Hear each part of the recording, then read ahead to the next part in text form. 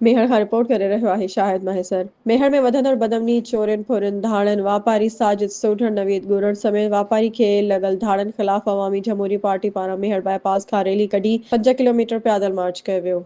एहतजाजी march में शहरी इतिहाद, Sindh United Party, JUI, PTI, क़ौमी अवामी तहरीक, अवामी हुर्रियत तहरीक, नौजवान शहरी एक्शन कमेटी समेत वॾी तइदाद में सियासी, समाजी, वापारी, मज़हबी तंज़ीमुनि जे अॻुवाननि, वकील साजिद चांडियो, वकील सईद पंवर, नियाज़ अली बुर्डो, सिकंदर सोढर, फ़कीर मोहम्मद तुनियो, मौलाना मसूद पंवर, वकील मीर खोसो, इजहारुल हक सिद्दीकी, वकील पंवर खोसो, मोहम्मद अयूब खोसो, मुख्तियार सिद्दी, बसीर गोरड़, वकील रिजवान हैदर, मजीद सोढर, मुमताज सूमरो शहरनि शिरकत कई। रैली में शामिल माण्हुनि अमन ॾियो, थाणनि ते पाथारियूं बंदि करियो, मेहड़ दादू में अमन करायो, शहरी फुराइण बंदि करियो, SSP हटायो, दादू बचायो जा ज़ोरदार नारा हणंदा रहिया। उन मौके ते अॻुवाननि ख़िताब कंदे चयो त मेहड़ में वधंदड़ बदमनी जो ज़िम्मेवार मेहड़ या दादू जा चूंडियल नुमाइंदा ई SSP दादू आहिनि, जेके थाणनि ते पाथारियूं क़ाइम करे मेहर समेत दादू ज़िले में ॾोहारनि खे आज़ाद छॾे ॾिनो, जेके रोज़ानो शहरी खे लुटे फुरे रहिया आहिनि। मेहर समेत दादू ज़िले ॾोहारनि जे घेरे में आहे। ॾोहारी रोड ब्लॉक करे कलाकनि जा कलाक शहरनि खे लुटनि था, पर कंहिं बि ॾोहारी खे गिरफ़्तार न पई करे। हुननि घुर कई त SSP दादू खे हटाए। मेहर में फुरजंदड़